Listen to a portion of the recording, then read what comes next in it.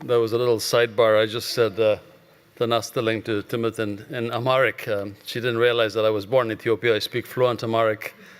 I can still scare the hell out of cab drivers in Washington, D.C. and elsewhere. It's my great pleasure to summarize this conference. It's also a great challenge. I was just thinking, wouldn't it be nice if there were an AI application that would give after-dinner speeches and summarize conferences for you? I want to just say that when we conceived of Presence many years ago, well, not that many years ago, just 2 years ago, our thought was that in a great institution like Stanford with 7 different schools on one campus, not across the freeway, not across the state, but right here, what a great opportunity to do interdisciplinary work and try and change something in the living laboratories of the hospital and the clinic. And in a way, this conference and all of you who are attending, the speakers are metaphors for just that.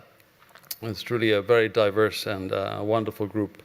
I want to thank Trine and the Robert Wood Johnson Foundation.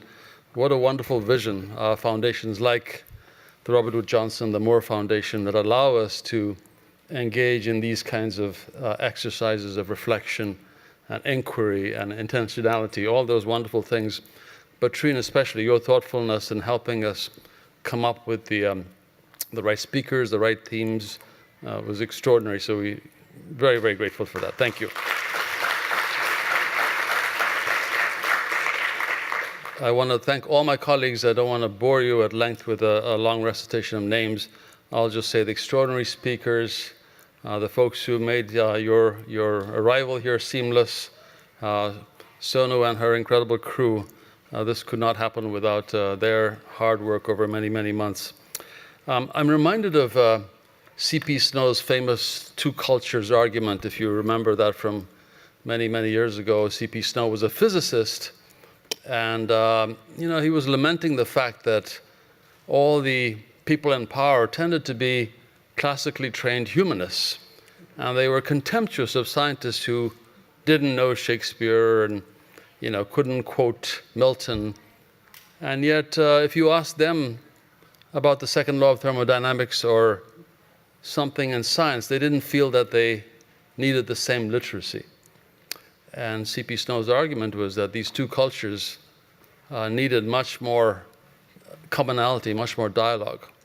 And I think it's very gratifying for me to think that if indeed we have two cultures of computer science, AI, and medicine, I actually think we have many cultures. We have many, many different cultures. But it's so important that those two cultures talk. And I think I sense today a tremendous dialogue taking place between the two cultures.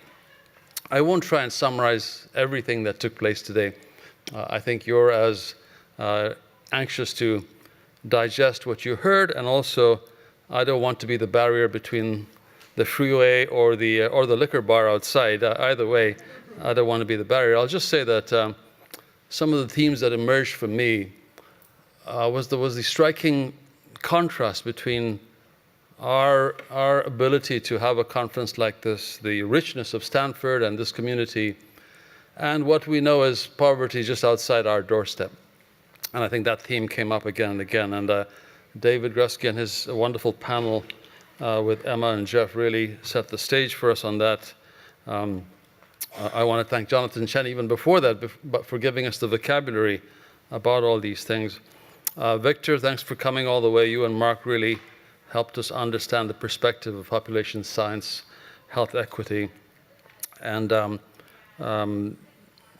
learned a tremendous amount from Margaret and from Virginia Eubanks and Nirav and the public health panel on the business of the moral equity and the moral social structures that we have to deal with if we're going to do anything meaningful in this area.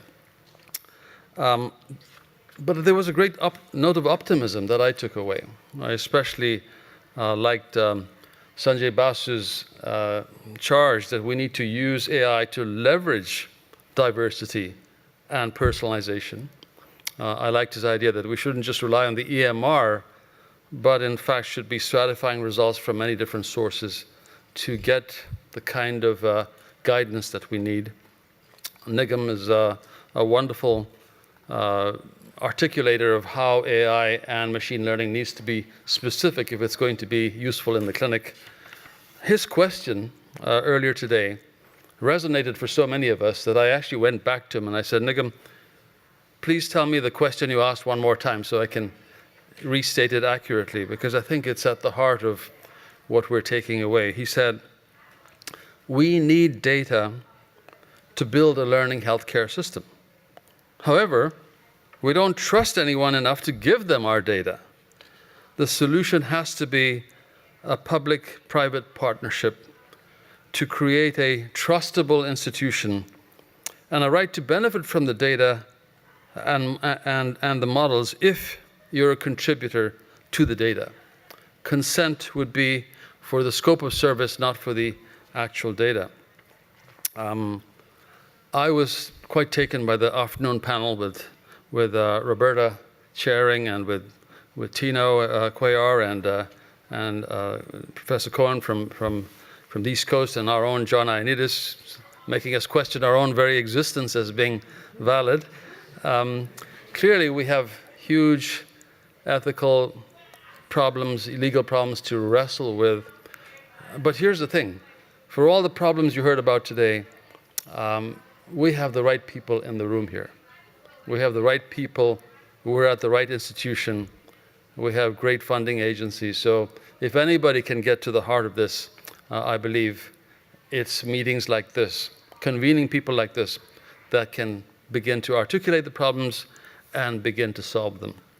I'd like to challenge all of you, especially our panelists, to consider an action that emanates from this. And this was a suggestion from Nirav Shah, something that comes out of this. So especially if you found yourself seated at the table with a person from another discipline, I would really love to see a paper come out across those disciplines. Finally, I can't help but comment on the fact that I've been at Stanford for 10 years. I've never seen an all-women's panel before. And this was just a milestone. Thank you, Tina. Not to mention the excellence of their statements. So I'm leaving here terribly optimistic. I hope that as we go forward, we can all keep in mind who this is for. I mean, ultimately, at least for those of us in healthcare, and that remained the larger theme here, this is all for the individual who is ill, who is seeking healthcare, and trying to make their experience better. And you can't close with a better quote than the famous one that guides us in medicine, which is, the secret to the care of the patient is in caring for the patient. Thank you all for being here. Thank you for being so attentive. Thank our wonderful speakers. And please join us outside for a reception, and we'll talk more out there. Thank you. The preceding program is copyrighted by the Board of Trustees of the Leland Stanford Junior University. Please visit us at med.stanford.edu.